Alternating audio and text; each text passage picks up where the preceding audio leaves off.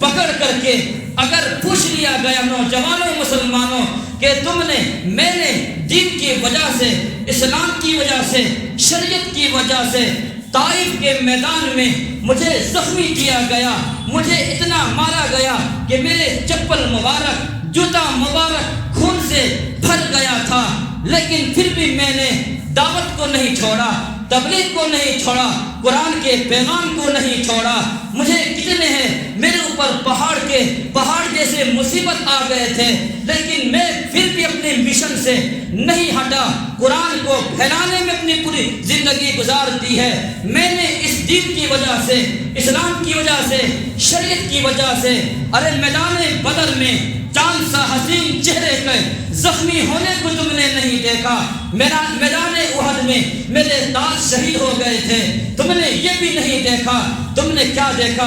تم نے یہ بھی نہیں دیکھا میرے بلال حبشی کو سخت قسم کی جو دھوپ ہے اور انہیں لٹایا جاتا ہے، مارا جاتا ہے۔ ایمان سے پھر جاؤ اور تم کلمہ کو چھوڑ دو۔ تم نے وہ منظر نہیں دیکھے۔